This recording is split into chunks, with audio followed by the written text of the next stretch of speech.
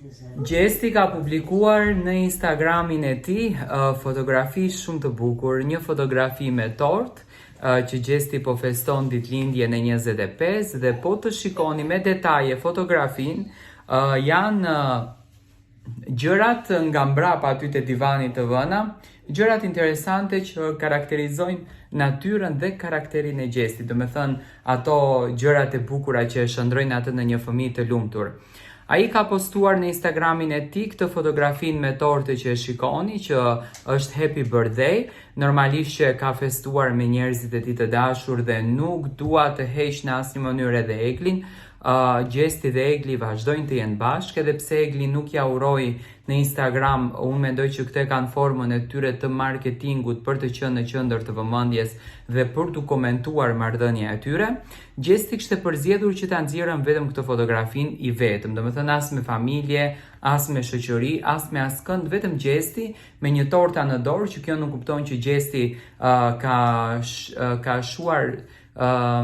ka fikur qirind dhe ka menduar dëshirën tek torta, dhe në anën tjetër ka bërë një krahasimin e një çuni të vogël i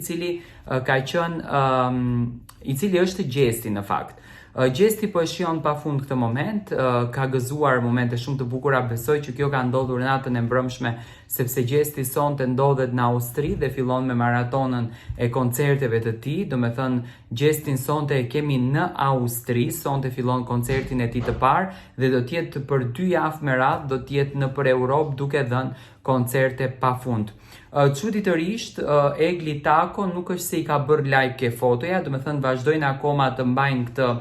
qëndrimin te publiku të pashpjegueshëm, por unë jam shumë i bindur që ato të dy janë bashkë, ato të dy veprojnë të dy së bashku, edhe pse nëpër komente lexoj duke më thënë që Tiranë Egli po të ishte bashkë me Gjestin nuk do kishte prishur fotografin nga story i saj pa bërë akoma 24 orë, mendoj që nuk është ajo pjesa fare. Unë mendoj që ato e kanë këtë mënyrën e tyre që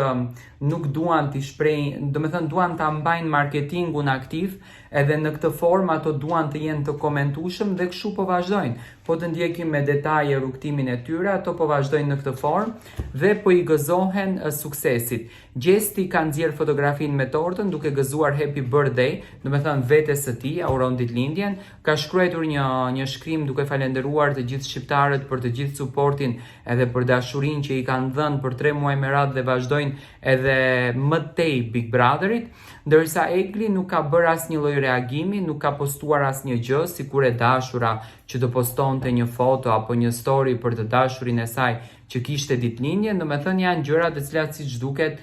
lihen të fsheta për të bërë publikun kureshtar. Ky është veprimi i Gjestit nga ditëlindja e tij.